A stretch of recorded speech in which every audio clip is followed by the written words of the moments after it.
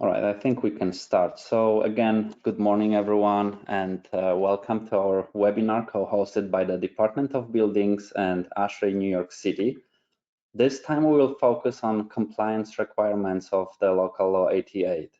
And as always, we have a lot of information to cover today. So next, before I introduce our speaker, I would like to inform you that this presentation is being recorded, and all five previous presentations, along with the video recordings, are available online. Sofia will share the link in the chat in a few minutes so that you can access those previous recordings. And you can also access the presentations by going to ashraeny.org and clicking on events and then the DOB Sustainability Series button.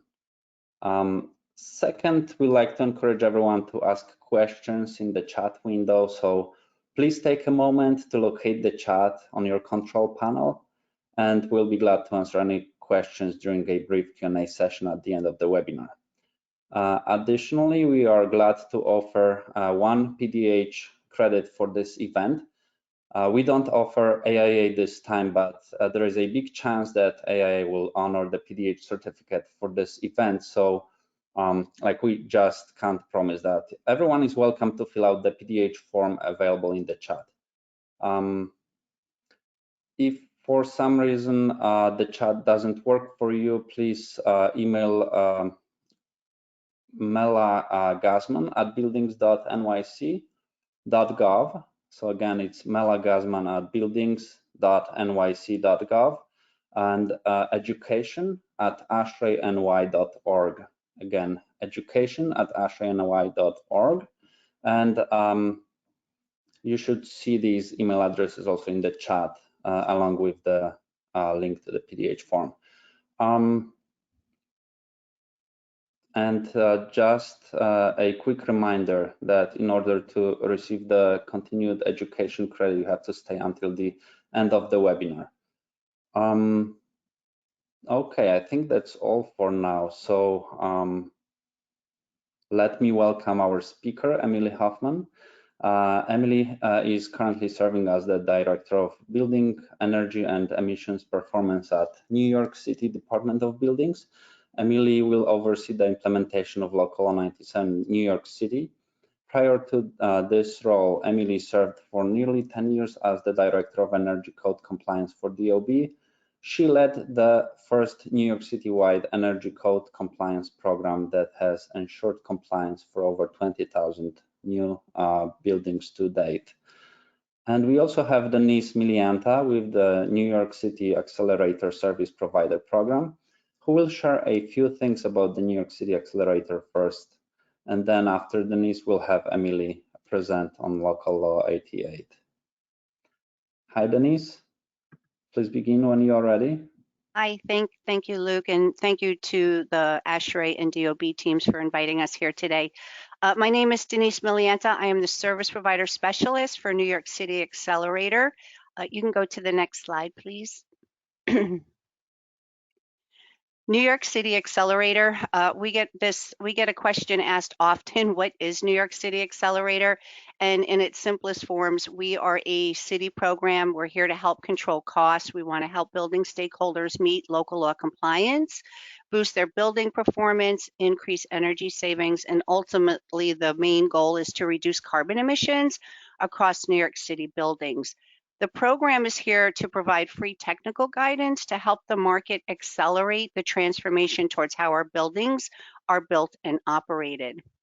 The New York City Accelerator team identifies building upgrade projects to help meet emission limits that are established under the CMA, that's Climate Mobilization Act, and electrification requirements under new passed Local Law 154, which aims to phase fossil fuels out of new construction, as you know, starting in 2024.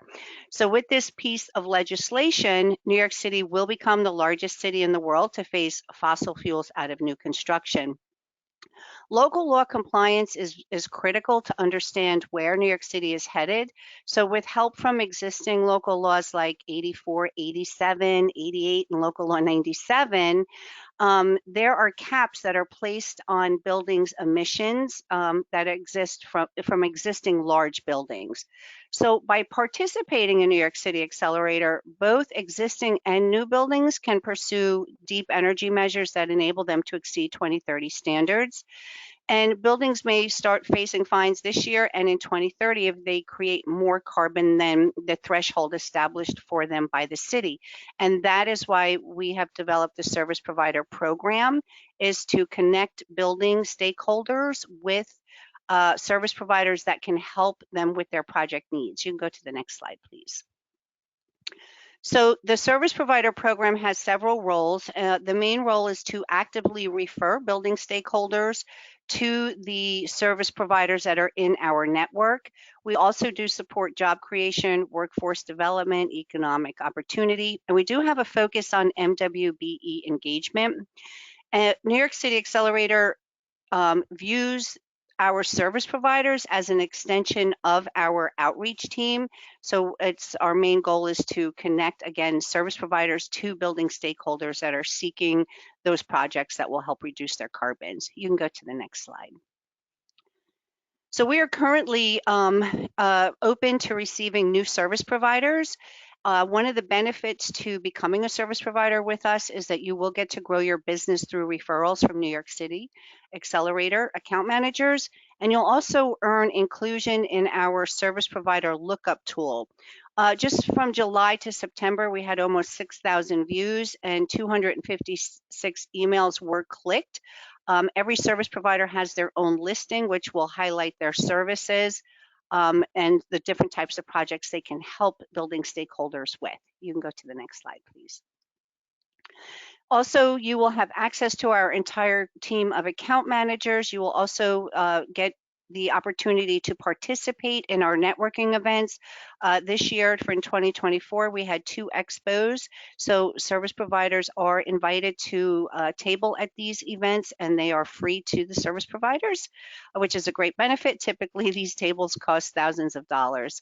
You'll also gain access to our financing and solar specialists as well. So you get access to the full New York City Accelerator team. You can go to the next slide. So if you are a contractor or a professional that can help New York City building stakeholders with their local law compliance, specifically local law 88 and local law 97, we would love to encourage you to join our program. You can simply send me an email at denise@accelerator.nyc. I do hold a virtual information session every Thursday at 11 a.m. So if you're interested, just email me and I'll send you a calendar invite to the next session. And you can go to the next slide. So thank you for this opportunity. We appreciate the opportunity to speak about New York City Accelerator. Thank you, Denise. Hi, Emily. Hi. Can you hear me? Yes, we can hear you. Please go ahead. Okay, great. Thank you. Thank you all for joining us today. Thank you for ASHRAE for hosting this event. Today we're going to talk about Local Law 88 and the requirements of the law, as well as the reporting, the reporting submission. We're going to talk about filing, fees, penalties, essentially everything related to Local Law 88 that you need to know between now and when the report's due in May 1st of 2025. Like I mentioned, we're going to cover what is Local Law 88, the required upgrades, what's required with the sub-meter installation, the reporting requirements, what the penalties are, and then we're going to also go through some FAQs, of questions that we commonly see from the industry and over responses there. We should also have time for Q&A. So please, if you have any questions while I'm covering, these sections, please put them in the chat. Holly will be monitoring the chat, and we'll pause at the end of the lighting upgrades and see if there's questions there that need to be answered. Okay, so we're starting from basics. Sorry about this. What is Local Law 88? Local Law 88 was originally passed in 2009. However, it has been amended by Local Laws 132 and 234. And what it essentially does is it requires that existing buildings, as long as they're a covered building, we'll cover what a covered building means for Local Law 88, what the definition of that is. So covered buildings are required to do two things. They're required to upgrade all of the lighting systems within the building, and then they're also required to install electrical submeters in tenant spaces. And there's a definition of covered tenant spaces that we'll go over as well. So that's what the requirements are. As I mentioned, the law was enacted in 2009, so this has given the industry almost 15 years to get into compliance. And what is coming up right now, the deadline for what's coming up right now is the report to demonstrate that the buildings have actually done the work, and and report to DOB, confirming that. So we'll cover today, I think there's confusion on what the compliance deadline means, what the reporting deadline means. The compliance deadline, which was in the original law, is January 1st of 2025. So we're a little over a month away. And there's still several months to be able to report to DOB demonstrating that compliance. Okay, so I mentioned that Local Law 88 was passed in 2009, and there were some amendments. The easiest way to refer to the requirements of Local Law 88 is to go to the New York City Administrative Code. Article 310 covers the section on the upgrade of lighting systems, and Article 311 covers the requirements for installing electric submeters in tenant spaces. So just pointing it out, everyone will get this presentation. There's a link there if you don't know how to access, or if you haven't been able to access on the DOB website, how to get there. But it's important to, there were some important amendments that were made, and so the one that's in effect is the one that is in the administrative code. That is the most up to date. Again, what I'm showing on the screen is just there's Article 311. So two different articles in the New York City Administrative Code, which can be found on the DOB website, contains all of the requirements for Local Law 88, as we call it. So covered buildings for Local Law 88, it covers buildings that are over 25,000 gross square feet. So this aligns with the other sustainability laws, 97, benchmarking. It also, what's slightly different from 97 is that when two or more buildings are on the same tax lot, when they together exceed 100,000 gross square feet, they're triggered for Local Law 88. So there is a cohort of buildings that are not required to comply with Local Law 88, but are required to comply with Local Law 97, and those are the buildings that are, when there's two or more buildings on the same tax lot that are between 50,000 square feet and 100,000 square feet. So those buildings are not subject to 88, and there are a few exceptions of covered buildings. So one of them is that covered buildings exclude garden-style apartments. So if your property is garden-style apartment, it's not considered a covered building under Local Law 88. It's not required to comply. I have listed here the covered buildings list for Local Law 88. We have a PDF version and Excel version. What I have here is just directly copied from our website. You can navigate to the DOB website. We have a specific Local Law 88 webpage, and you can look up whether you're required to comply or not. If you do have a garden-style apartment, and you're on the covered buildings list, you would need to come to us and demonstrate that you are a garden-style apartment. This is very similar to the information that we require for benchmarking. We have a form for benchmarking that lists out all of these requirements. So essentially attesting to DOB that you're not subject to 88 because you are a garden style apartment. So the information we would need is BBL and BIN, contact information, as well as owner information, and then an RDP would need to attest to all of the information and provide this information that's listed on the screen here, demonstrate that the covered building is 3 stories or less, have DOF tax records classifying that the covered building is residential property type. We'd also need to see the certificate of occupancy confirming that it's residential occupancy type. We need a statement that no central HVAC or hot water systems serve more than 2 dwelling units. If they do, then they're not considered garden style apartment. You'd have to provide a date stamp picture of building or buildings within the past year with a geotag. And then you can submit this, a single letter covering all of this information. If it covers multiple blocks, lots, et cetera. So this information would be sent to DOB. You can send that information to sustainability@buildings.nyc.gov, same place you send local 88 questions. So that's if you're a garden style apartment and you're exempt, but you show up on the CBL. So now I'm going to dive into, we're going to start with lighting and talk about the requirements. So in Article 310, it essentially says, and the language can be a little bit confusing. It says that, no later than January 1st, that's the compliance deadline, that lighting systems in covered buildings have to be in compliance with the energy code. And so essentially what this means, and then the language refers to buildings that upgraded lighting systems after July 1st, 2010.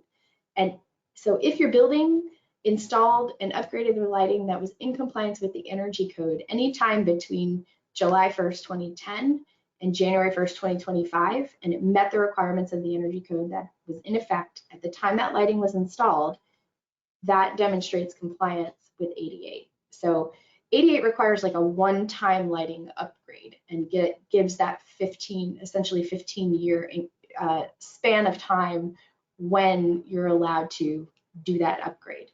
So if the upgrade was done in 2012, say, and it complied with the energy code at the time, that would have been the 2010 energy code or 2011 energy code, and you're not also required to go back and upgrade the lighting now to the 2020 energy code.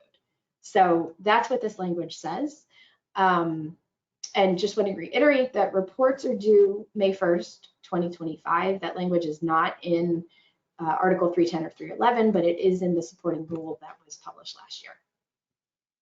And required lighting upgrades, they would apply to all covered buildings that are both residential and commercial buildings.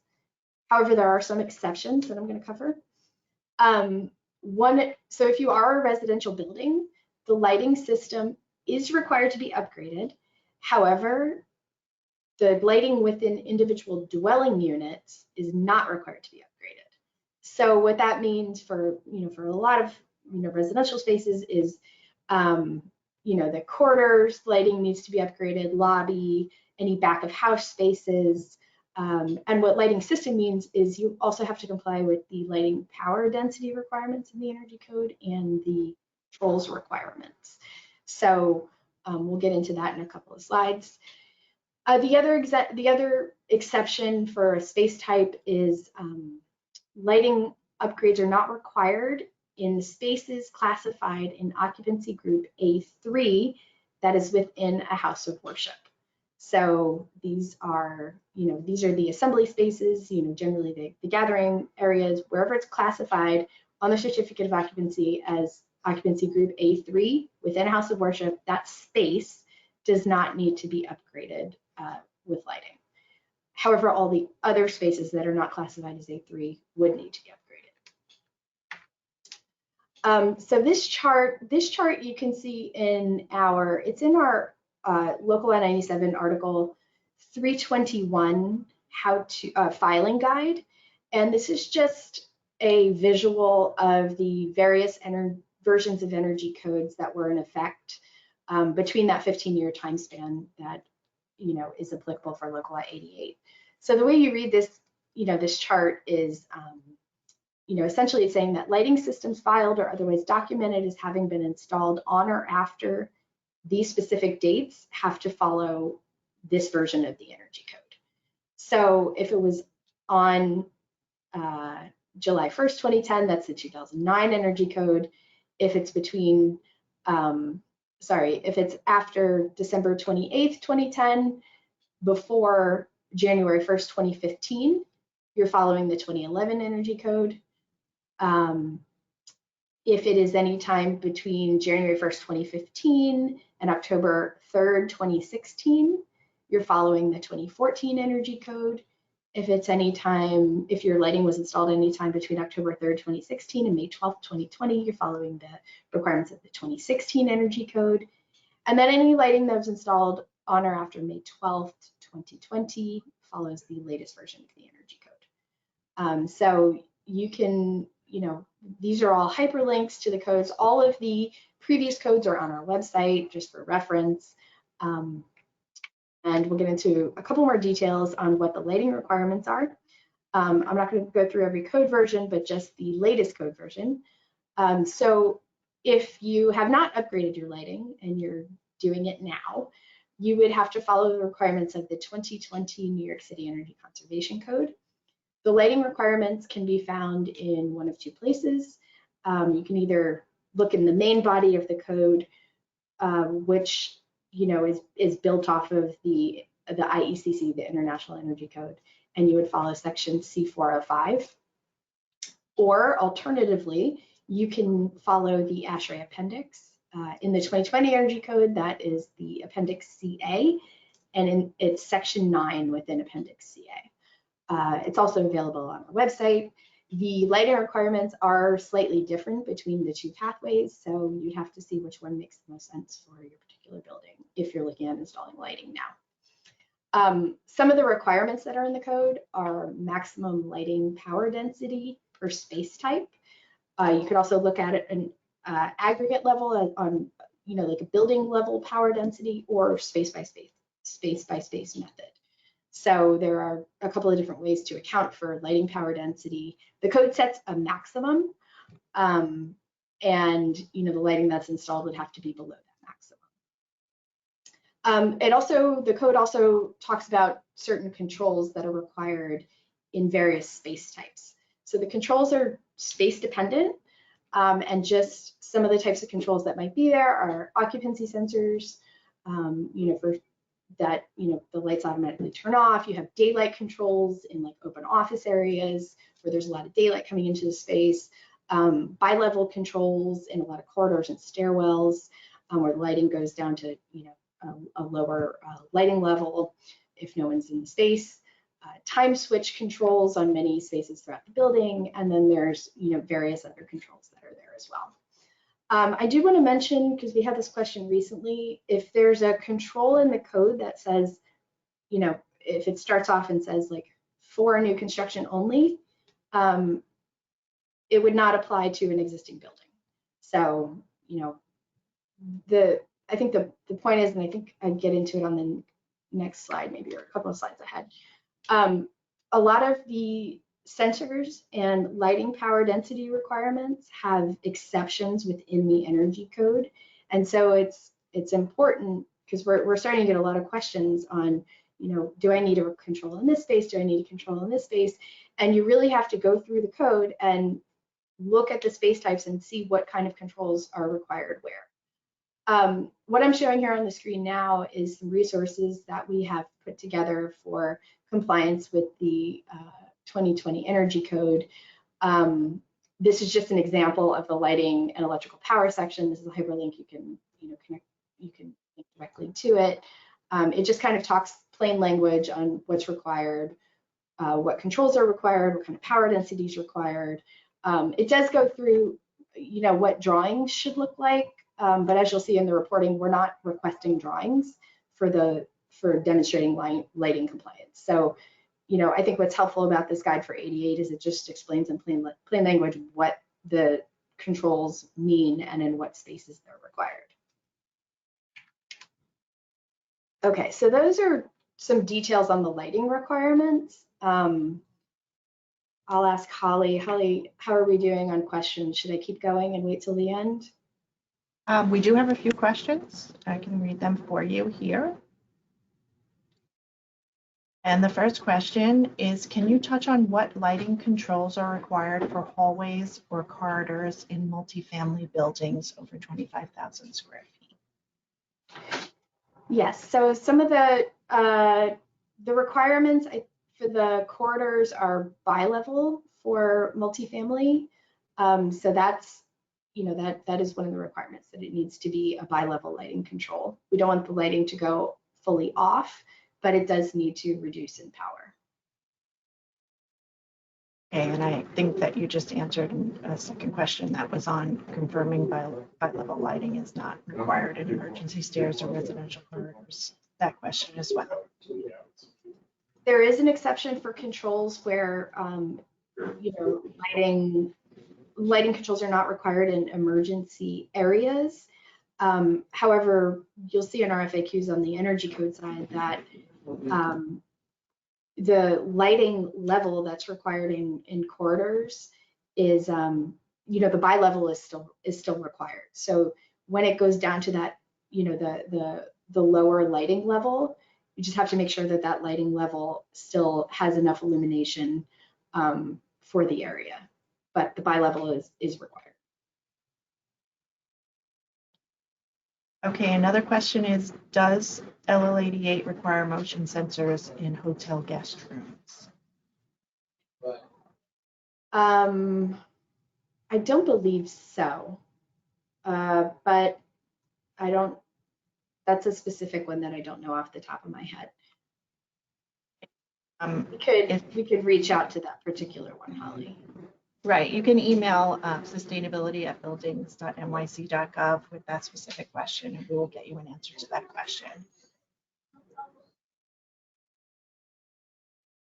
And just generally, the hotel guest room is not a dwelling unit. Those are two different definitions. So just by definition, it's not exempt, but we would have to go and look in the code and see what the requirements are for the hotel guest room. There was just a general question on, is the list of local law 88 exemption requirements on the DOB website, and the website has been entered into the chat, so you can click on that and find those exceptions. Okay, one more question on section 28-310.2. If occupancy sensors are installed in specific spaces to be in compliance with the 2011 energy code, are time locks also required floor by floor? That is a very specific question for the 2011 energy code that I really can't answer on this call. We'd have to follow up on that one as well. Are nursing homes required to meet local law local law 88 and Article 301?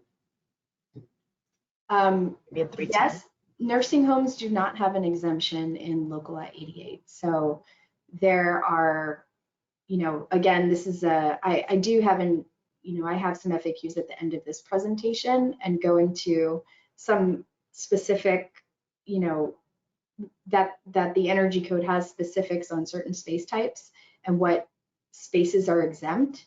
So within a nursing home, and there will be some spaces that would be exempt due to patient care and things like that, but the entire building would not be exempt. And so other spaces that are not considered for patient care or for safety purposes would have to comply with local law 88. And when I'm saying specific spaces, I'm specifically talking about lighting controls not being required, but the lighting power density requirements would have to be met. Okay. General question, if any building is built in 2020 and complies with ASHRAE 90.1 2013 code, do they need to upgrade lighting per local law 88? New building, this is a new building question? Is that? It was built in 2020 under the 2013 code. Right, so if it's a new building, and for whatever reason it was filed back in the time frame, I think we would because that time frame was after the July 1st 2010, it's within a code that is acceptable for demonstrating compliance with 88.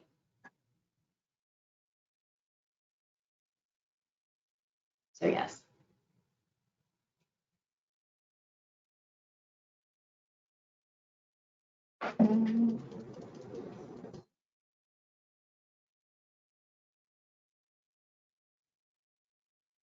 Right, should I move ahead? And we can take more questions at the end. Yeah, I think that the other questions are not about code, about lighting. We can move on. Thank you. Okay, we'll catch up at the end. Okay, so now we're moving on to the requirements of Article 311, required submetering installation. So again, the requirements under Article 311, compliance must be met by January 1st, 2025. And this requires that electrical consumption of each covered tenant space is measured by one or more submeters. And these reports again are due May 1st, 2025, same as the lighting. And so essentially what the purpose of this requirement is so that tenants, larger tenants within a building are able to monitor how much energy they are consuming. And the idea is that the more what you measure is what you can control. So that's the purpose of requiring the submetering. Covered tenant spaces cover individual tenants that are larger than 5,000 gross square feet on one or more floor when they're rented to the same person. So, the same tenant, or you have a floor that's one floor that's larger than 5,000 gross square feet consisting of tenants rented to different people. So there's two thresholds there for a covered tenant space. We are getting questions about whether lighting, say you have a tenant space that doesn't meet one of these definitions, right? So you have, maybe you have a floor that is less than 5,000 gross square feet. So you're not required to do this submeter installation, but the lighting requirements don't have, they don't refer to the covered tenant space, so the lighting still needs to be upgraded. So there may be certain buildings that aren't required to do the submetering installation because they don't have covered tenant spaces, but they are still required to do the lighting. So these are two separate things. Covered tenant space only applies to the Article 311 requirements of submeter installation. There are a couple exceptions in there. Sorry, I have this automatic thing on the slides. It keeps moving them forward. No submeter installation is required for dwelling units. So, just that's not a requirement. So if you have a multifamily building, you're likely not going to have covered tenant spaces in there unless you have a ground floor retail or something like that. I think there was some confusion that there are amenity spaces within a residential building do not have to be submetered. So it's only tenants that would meet the definition of covered tenant space. And then the other exception is just saying that you don't have to have a submeter if a tenant space is already metered. So again, the purpose is to be able for the tenant to know how much energy they consume, electricity they consume. So if they're able to do that, then that meets the requirement of this article. Okay, so that's essentially the submetering requirements. Now I'll get into the filing requirements. So owners, there's a filing fee that's in our proposed rules that are out now. Owners are required to pay, it's a $115 filing fee to submit the Local Law 88 reports. The deadline for compliance is May 1st, 2025. The $115 filing fee covers both Article 310 and 311. So you're not charged $115 for the lighting and $115 for the submetering. It's just $115 total for the entire compliance report. The compliance report does have two subsections, but it's just one fee. And then an important note, for buildings that are required to file 97 reports in 2025, so this is the Article 321 filings and the Article 320 that are not on a separate delayed compliance pathway. We're not charging that additional filing fee for these 88 reports. So you would still file the 88 report, but you're not paying the $115.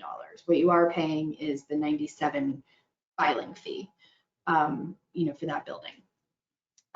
It's important to note that 88 compliance, we've been getting a lot of questions like, how will these compliance reports come to us?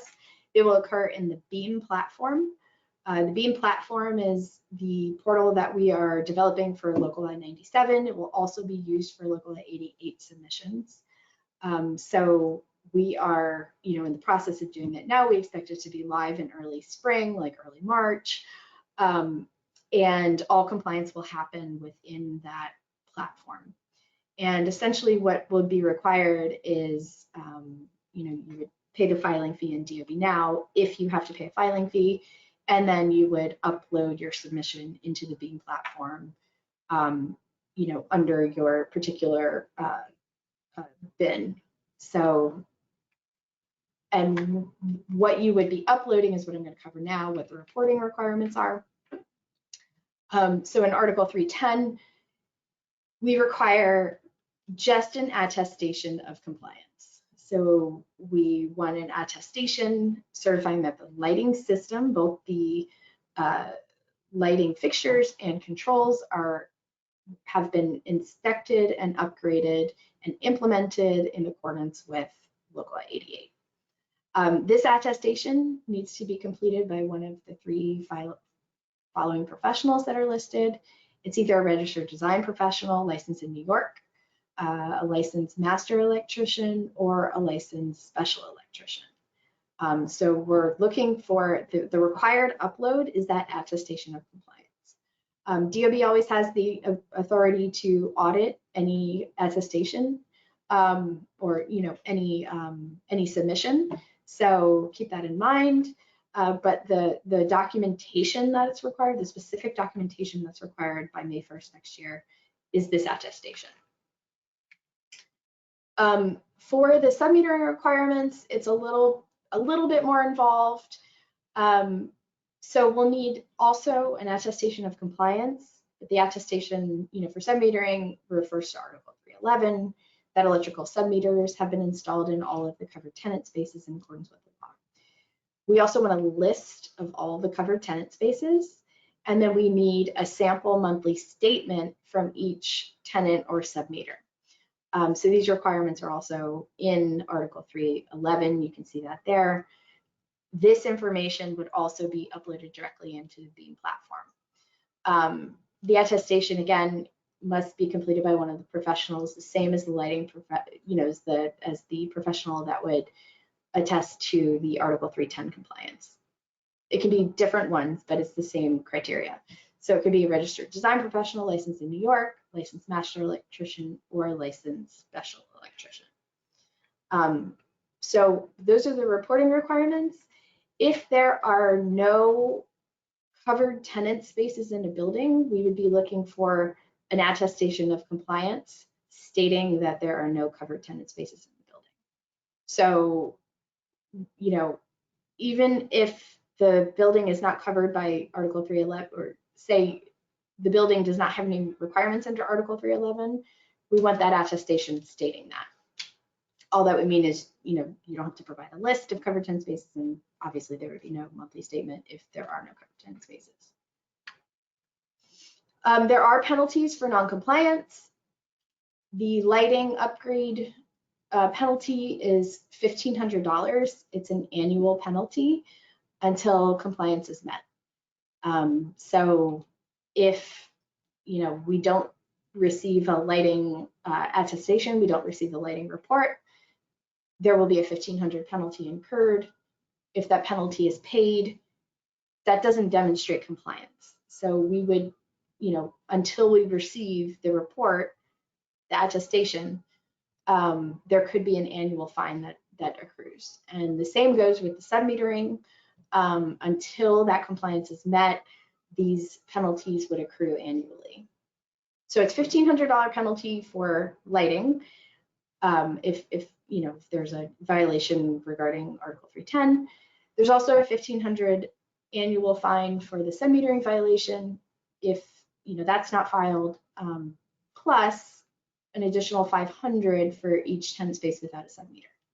So those are the penalties that are, that relate to Local 88. And now I'm going to get into some FAQs that I think I've covered some of these just talking, but I'm going to reiterate them because we get a lot of questions on them. And then after I go through these, keep putting your questions in the chat and Holly can read them out and we can talk about them on the presentation. So I just covered this one. The question that we hear is, can I just pay the penalty instead of filing the 88 compliance report? No, you can't. I mean, you can pay the penalty, but it will still accrue on an annual basis until the compliance is demonstrated. So just paying does not demonstrate compliance. Another thing that I wanted to note is that, buildings that are also subject to local law 97, and say a building is over, their local law 97 limit and they want to pursue a good faith effort pathway, demonstrating compliance with local law 88 is required for some of those pathways. So, sorry, for all of those pathways. So you would not be able to pursue a good faith effort, penalty mitigation option for 97 if compliance with 88 is not met. Also, if you have an Article 321 building, you're required to upgrade the lighting within that building if you're doing the PECM pathway. So, the purpose is lighting is low-hanging fruit. Lighting is easy to, it's one of the first things you should be doing if you're looking to conserve energy, and that is, the reason why there's this big push for this. And also, it's been in effect for 15 years. It's just time to report on it.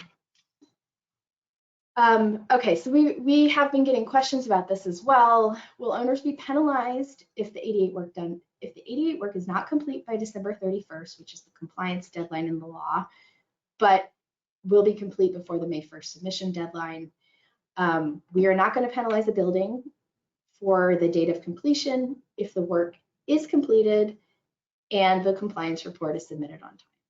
So essentially, that gives a little bit of leeway to get the lighting completed and submit that report by that May 1st submission deadline.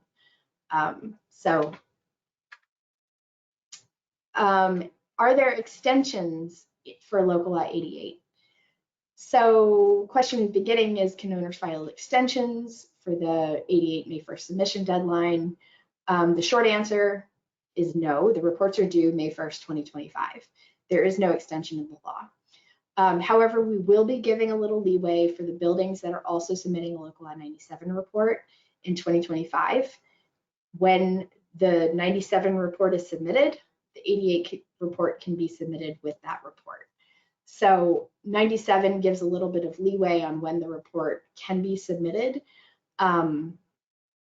So, and they can also file an extension for the 97 report.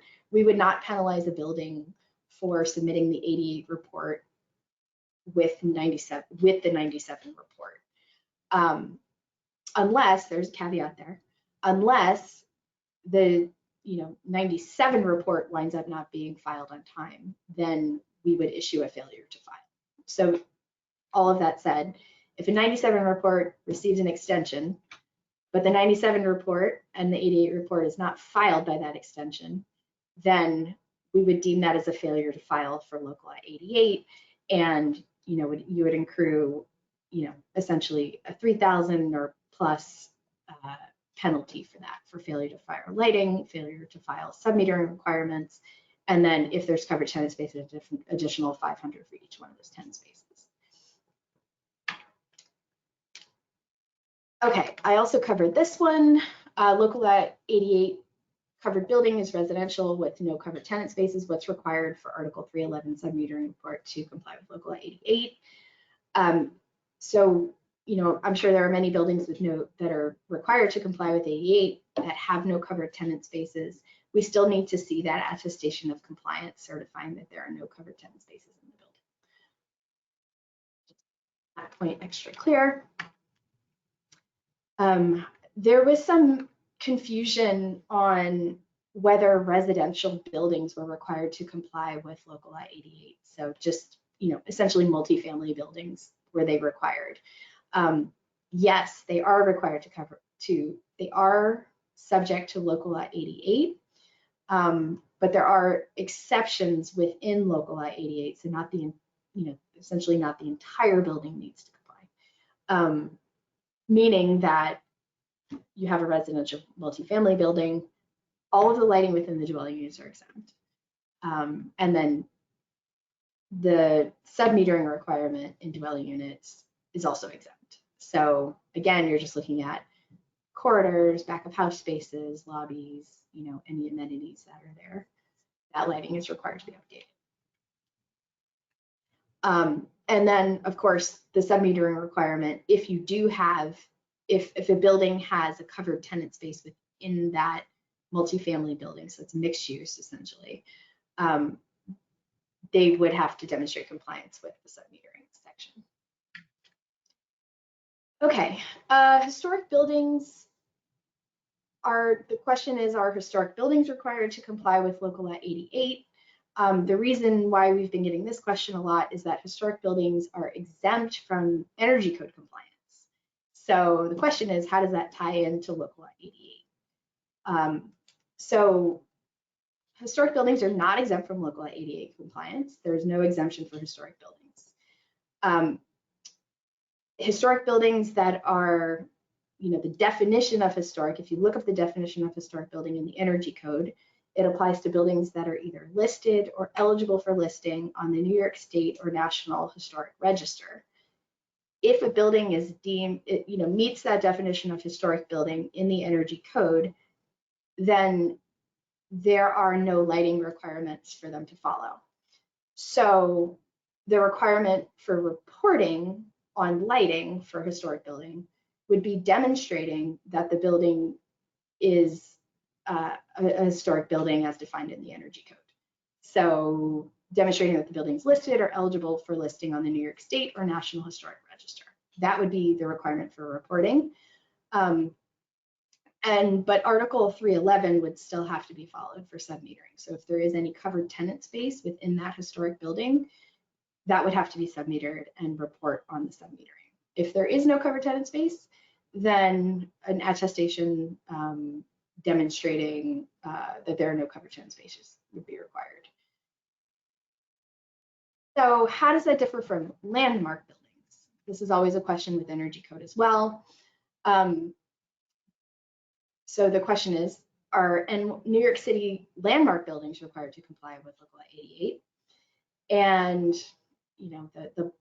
the blanket response is that they're not exempt.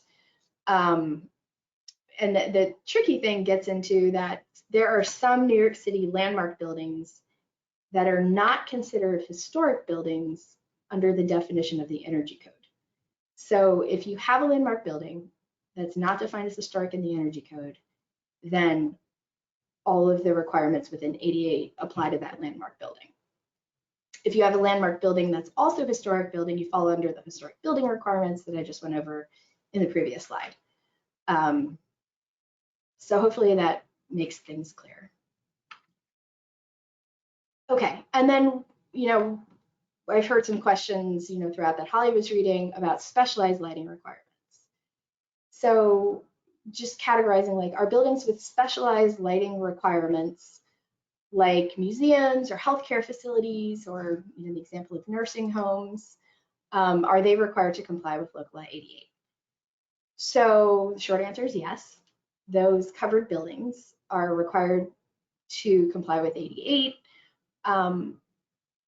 But it would be, it's important for the building owner and the either the registered design professional or the electrician that's signing off on the work to understand the specific requirements within the energy code and where there are exceptions and where there aren't.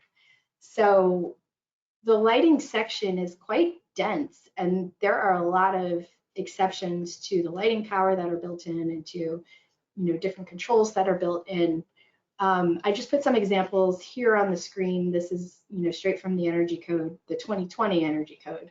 latest energy code, where certain lighting systems are not required to be included in calculating the total connected lighting power.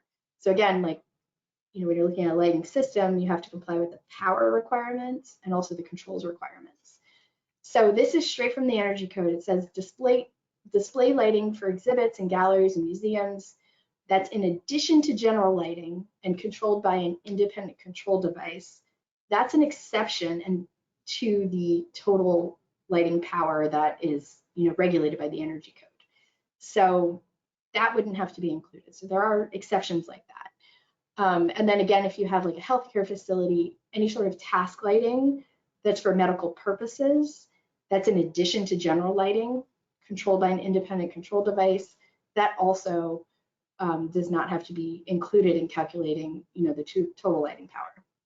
These are just two examples. There's a list of about 25 different types of lighting that power that doesn't have to be included. And then in the control section, there's also another list of specific lighting types that don't have to be included for certain controls.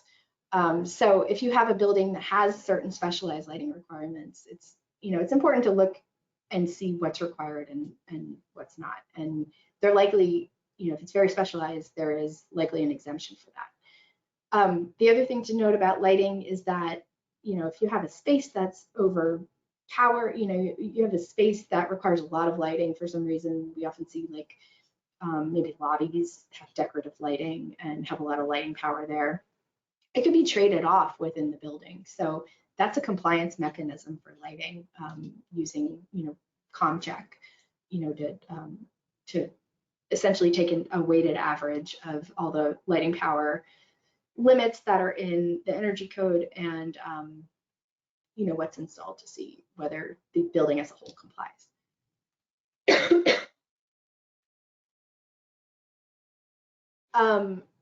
Here's my last FAQ, just general requirement for commercial buildings.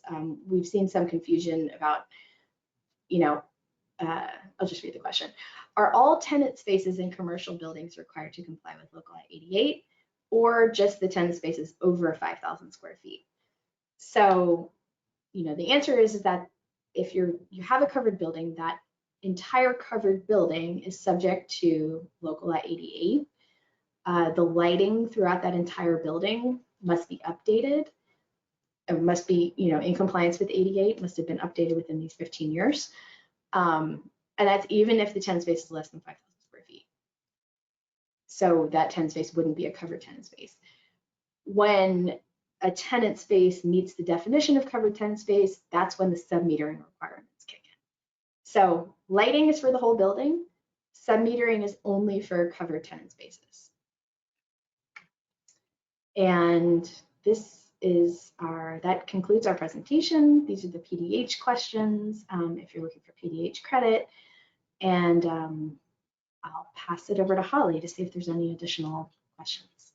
Thank you, Emily. Great presentation. If there are any follow-up questions, you can use the chat option or send your questions directly to the email addresses which Holly provided in the chat just now. And just like Emily said, we have a quick quiz for our attendees in order to issue continued education credits. Hey, Holly. Okay, so I'm going to read the PDH questions now, and if we have time, if we can go over a few questions that came in. A lot of questions came into the chat. So PDH questions: what is a covered building with respect to Local Law 88? Who can do the work to submit a report for Local Law 88? When does the work need to be completed by for Local Law 88? When is the report for Local Law 88 due? And how will a building report for Local Law 88? You can feel free to answer those in the chat. For now, there were a few questions, Emily, that were repeated, but I think they are worth you touching on. Many of them have to do with if lighting upgrades were done piecemeal over time, how would they verify the codes that are required for those? And how would they attest to their completion? Yeah, so good question. I'm sure a lot of buildings are in this situation. If the lighting was done in piecemeal over time, there should be, when the person that is attesting, whether it's the registered design professional, the master or special electrician, licensed electrician, is, confirming that this work was done, the key points to know are when was the lighting installed. That installation date would would trigger like what code was in effect at the time of so you would have to understand when the lighting was updated, what code that lighting was, what energy code version that lighting was subject to, and essentially do that throughout the entire building and make sure that it complies. So that would be the responsibility of the person that's attesting to this information, is ensuring that if it was piecemeal, that they can determine that the lighting was installed at the correct time, or if if there's anything that it can go back on, whether it was an incentive program or any sort of documented history on what it was there, they would have to do. I guess if they weren't able to determine whether it met code at the time, then they wouldn't be able to attest that it complies with 88, and they would either have to upgrade the lighting or, essentially that's what would have to happen, because if they wouldn't be able to attest to the work being in compliance with 88. There was another question about, and you touched on this, but I think it's worth repeating. If they cannot complete their upgrades by January 1st of 2025, can the engineer of record or the registered design professional or electrician come in and do the inspections during the first quarter of 2025 and then still attest that they were completed when they submit the report in May? Yes. So essentially we're allowing this, I guess 4 or 5 month grace period for that. So compliance is due January 1st, 2025, but we're allowing until that May 1st, 2025 reporting date for the, I guess extra leeway for that work to be completed. So that's the allowance that we're getting. So you won't be penalized if the work was completed and attested to before you submit the report. Hopefully that's clear. And can you touch a little bit on the houses of worship and the A3 spaces? Sure. So the A3 space within a house of worship is the, should be shown on, the certificate of occupancy, and that would be essentially the worship space within a house of worship, and that is exempt from the lighting requirements. So that space does not have to upgrade their lighting. The rest of the building that's not categorized as that particular A3 assembly space within a house of worship would have to upgrade lighting. So a lot of times we'll see a house of worship that has, the worship space, but then there's, back of house, there might be classrooms, offices, things like that. All of that lighting would have to be upgraded. It would just be that worship space that that is exempt from the lighting upgrade. Okay, and then do directly metered commercial tenants need to supply sample monthly statements as proof? If they would have, so we would need proof somehow that the meter is producing the information that's required in the law. And so if there's an alternative way to show us that report, we would accept that. As long as what is, the list, what's required in the law is provided at the time of report. Great. And are there any requirements for exterior lighting? Yes, I didn't cover exterior lighting, but local law 88 applies to all lighting. It doesn't specify interior or exterior. It talks about lighting at the building in compliance with the energy code. So there are exterior lighting requirements that would have to be met and attested to.